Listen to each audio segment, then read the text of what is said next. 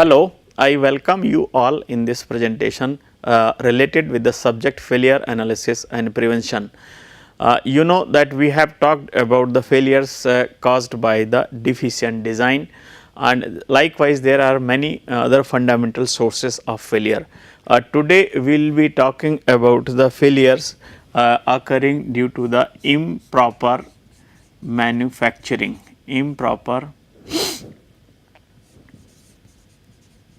manufacturing procedures or process or the conditions which are followed. So, we can say improper manufacturing conditions or the processing. We know that if a metal is improperly processed during the manufacturing, then we may get the product of the desired size and shape, but despite of the desired size and shape, it may not perform successfully as intended, and that may happen due to the various unfavorable features introduced in course of the manufacturing in the product. So, we need to look into the factors related with the manufacturing which result in the products and the products which are prone to the failure due to the deficient or improper manufacturing. So, there are some general factors and there are few specific factors related with the manufacturing which lead to the failure of the components. So, among the general factors, for example, we have like the general procedure has not been specified properly, or procedure has not been followed properly, or procedure was modified, means manufacturing procedure was modified in between inappropriately. So, these are some of the things which we will be talking in detail. So, we know that for manufacturing a product, what general approaches we use, and based on the approach that is being applied for processing or manufacturing a metal to get the desired size and shape, the properties are affected, which may be favorable, which may be unfavorable. Some of the special features are also incorporated.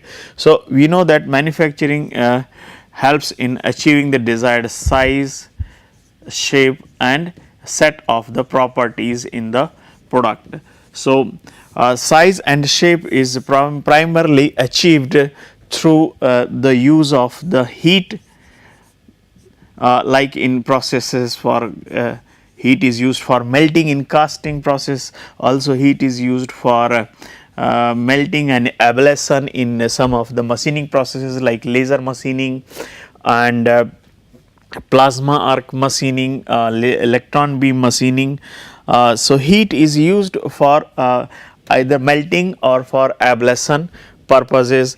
Electro discharge machining is also one of the examples where material is removed in controlled way in order to remove the material in order to get the desired size and shape by electric discharge machining. Then use of the force. So, the force is used in various processes. For example, we use machining where the forces will help us to remove the chips from the raw material by the shearing action. So, this machining is one. Then like some of the solid state joining processes, wherein the macro and micro level deformation is achieved, and then the bulk deformation processes like forming, like rolling, forging, etc. So, based on the approach being used for getting the desired size and shape, the properties of the end product are affected. Similarly, like say when we use the force for bulk deformation purposes, like in forging, rolling and extrusion processes. Similarly, sometimes the deformation at the micro level is also achieved in order to get the desired size and shape. For example, when the components are welded using the spot welding processes, not this ultrasonic welding processes, ultrasonic welding process. So, micro level deformation at the interface leads to the metallic continuity from one end to another, and which in turn helps in development of the joint.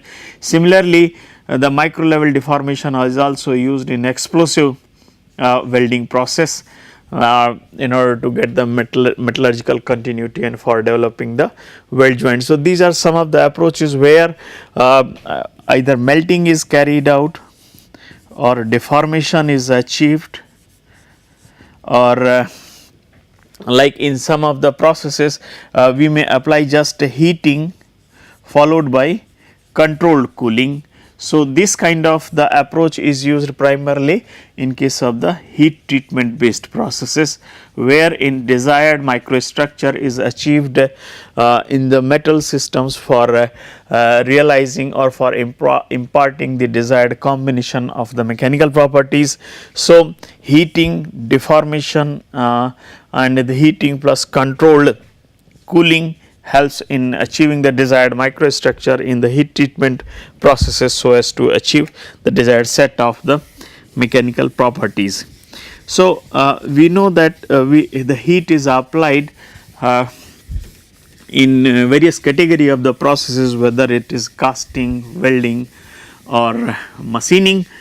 Similarly, the force is applied for realizing, for achieving the deformation in the solid state joining processes, removing the unwanted material in machining, and for achieving the bulk deformation like in rolling forging and the extrusion processes, and we can say the micro level deformation is used in case of the ultrasonic welding, explosion welding, and a little bit micro level deformation is also achieved in the diffusion bonding processes. So, since the different metals are sensitive to the heat and pressure in to the different degrees, and that in turn affects the properties of the material which is produced. So, a proper fabrication or the manufacturing procedure needs to be established. So, whenever any metal is to be processed for the manufacturing purpose, manufacturing procedure is established. So, that manufacturing procedure may be like for the casting purpose, we have to melt the metal. So, after the melting we have to perform the melt treatment, followed by we have to pour it in controlled way. So, pouring is to be done in very controlled way. Thereafter we have to pouring into the mold is to be done. Thereafter solidification. After solidification we need to clean the casting. So, these are the kind of the sequence in which the metal will be processed through the different steps. So, at what degree the metal will be held after the melting, how long it will be held before pouring, what will be added for the melt treatment, and at what temperature it will be added for the melt treatment purpose, at what temperature pouring will be done, and how the solidification will be realized, whether the directional solidification will be achieved or the solidification will proceed from the different directions, followed by the cleaning, whether the mechanical cleaning or the chemical cleaning is to be done. So, means there is a proper procedure for each of the manufacturing process. Similarly, in case of the welding, like say in fusion welding process, what we need to do, first of all edge preparation is to be done. After the edge preparation, the things need to be cleaned for all other impurities which may be there on the fine surfaces, and thereafter we have to select a suitable welding process. Edge preparation as per the requirement, then the welding process, whether so as per the sensitivity of the metal for the heat as well as the environmental conditions, atmospheric gases, we will be selecting suitable process, which may be like sealed metal arc welding, it may be gas tungsten arc welding, or metal inert gas welding, or laser welding, any suitable process which is selected, which can help in developing the joint of the required characteristics. So, after selection of the process, next step is selection of the suitable process parameters. parameters, and then execution of the welding. So, using these parameters the welding is performed. After the welding, how the chipping and cleaning will be done for removing the slag and other impurities, and if any heat treatment is required in order to enhance the properties of the weld joint. So, like this, whether it is casting, welding, forming, like rolling, forging or extrusion or machining, for everything like we need to select some process parameters, maybe secondary treatment after the processing like finishing or heat treatment, secondary treatment. So, each of these steps need to be carried out in very controlled conditions, so that the product of the desired set of the properties can be achieved, which can perform the intended function and which can serve the purpose. Selection of inappropriate use of process parameters or non-clarity of the things to be done can always lead to the improper manufacturing. So, what is important, that first of all we need to understand what should have been done and whether that was followed or not must be investigated if subsequently the failure is occurring due to the inappropriate manufacturing. So, the next step means the manufacturing a product by a particular process, there will be certain steps which need to be followed, and each step has to be carried out under the set of controlled conditions, and these controlled conditions must be meticulously followed, so that we can achieve the desired size and shape with the requisite set of the properties. But due to variety of reasons, we may not be able to follow the procedure which has been specified, and that leads to the deficiency in manufacturing. And this deficiency in manufacturing can be in various forms, like one is unsuitable specification of the process for manufacturing, like whatever we have developed, for example in casting, either our melting facility is improper for a given kind of the metal, like instead of like for electric furnace is used, electric resistance furnace is used, or arc furnace is used, or pit furnace is used. So, suitable heating or the melting facility has to be selected as per the material which is to be processed.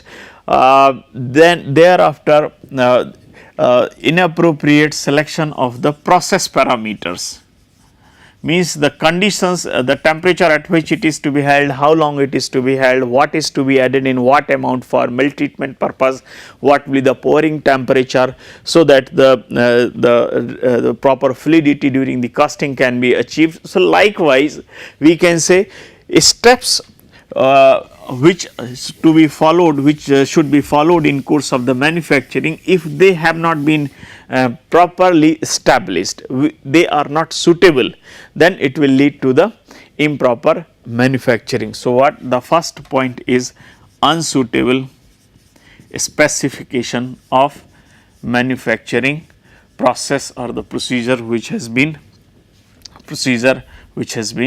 established. So, this is the first point. Even if the suitable manufacturing procedure has been developed, but it is not mentioned correctly. So, either incomplete details are there, or there is non-clarity or ambiguity exists in terms of the specifications which have been prepared. So, incomplete manufacturing procedure specifications or non-clarity or ambiguity in the specifications can also lead to the deficient manufacturing, because the person who is implementing, which is applying the manufacturing process at carrying out the different steps, if he does not understand the steps to be followed properly, then also it can lead to the deficient manufacturing, which can be in form of like defective products or the products with the undesirable set of the mechanical properties, and which in turn may be leading to the premature failure of the component during the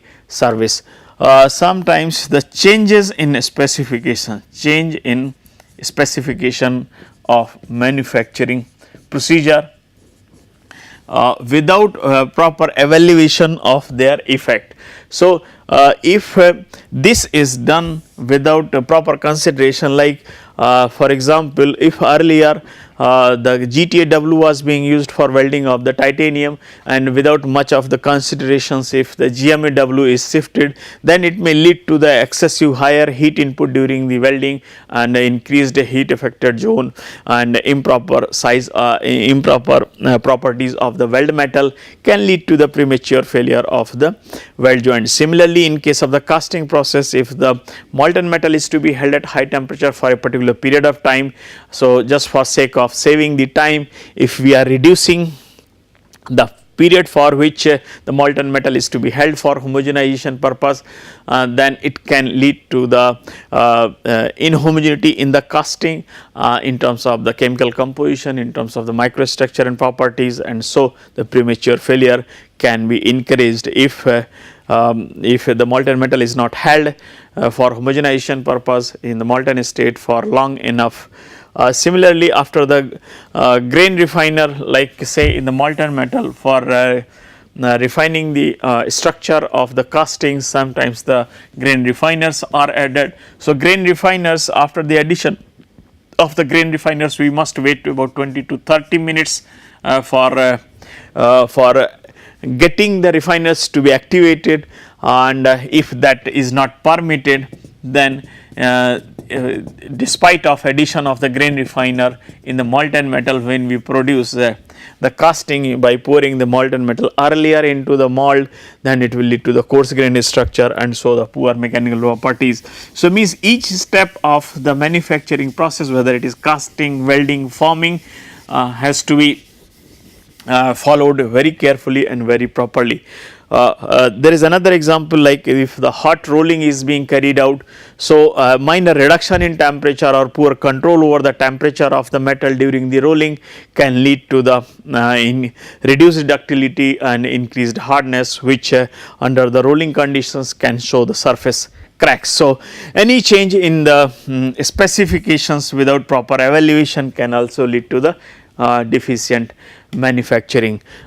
Then here is another point, failure to follow the procedure specified, failure to follow the procedure specified, means procedure is there, but we are not in position to follow that. So, iterations or modifications are done at the level of the operator, so that can also have the undesirable things in the product which is being manufactured, whatever manufacturing process is used, whether it is with regard to the heat application or the temperature or cleaning or any other thing.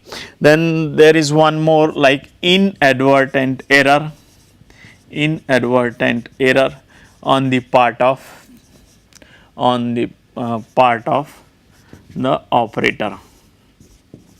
So, unknowingly if the operator commits some error or mistake, then that can also lead to the failure. And then there is accidental damage.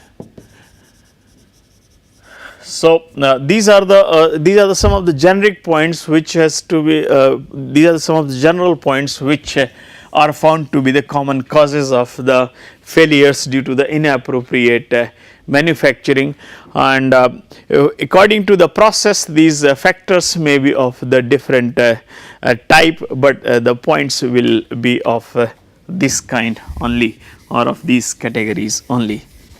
So, it is very important that the manufacturing procedure is established properly and it is followed, otherwise we may have the product of the desired size and shape, but with the discontinuities and the properties which are unfavorable for the required performance of the product. Now, coming to the unfavorable manufacturing processes and manufacturing processing and the conditions which are being used.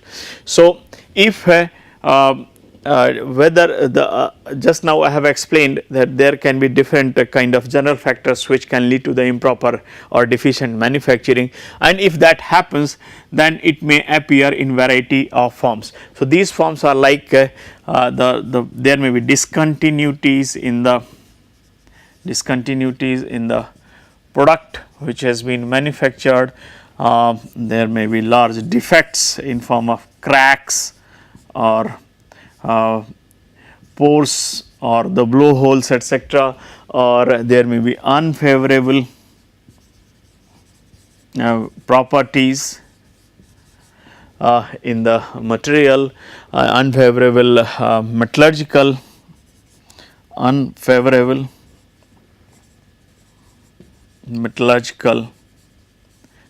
changes. Unfavorable metallurgical changes frequently cause the undesirable set of the mechanical properties, which may be in form of the softening of the metals or unnecessary hardening of the metals, which may lead to the embrittlement and increased cracking tendency or reduced strength due to the softening. So, if so these are some of the general undesirable features will be observed if the deficient manufacturing conditions are applied, and most of these will be either acting as stress raisers in the component, lowering the mechanical properties. So, their load carrying capacity is also reduced, or they may be leading to the increased sensitivity for cracking. So, these are some of the effects which will appear, and these will promote the failure tendency of the component if the deficient manufacturing is applied either intentionally or unintentionally. And as you know that if there are stress raisers, then they will be acting as a source of weakness. If the mechanical properties are reduced or unfavorable set of the metallurgical changes are brought in, then these will simply act as a sign of the weakness or the source of the weakness, and frequently these will trigger the nucleation and growth of crack under the external loading conditions. So, the premature failure is promoted. Now, we will be seeing that the manufacturing processes and the performance of the product, the two are directly related. And so, based on the kind of manufacturing process which is used, like say even if we go by the broader category of the manufacturing processes like casting, welding, machining and forming, even if the same metal is processed by the different manufacturing process to get the desired size and shape, we will be finding the different mechanical properties or their different load carrying capacities. So, different mechanical properties and different load carrying capacities are observed. Why it happens so? That is what we will be seeing. Like whenever the product is made by the casting, we will be having the as cast structure, which can simply observed through the presence of the dendrites in the cast component, and the cast components are generally low in strength, ductility, toughness and fatigue strength. So, the in general mechanical properties are poor. You know, in the case of welding, mostly it is the fusion welding which is applied. So, it basically involves the partial melting, and partial melting frequently lead to the development of the residual stresses and distortion tendencies, and apart from that the variability in structure and mechanical properties.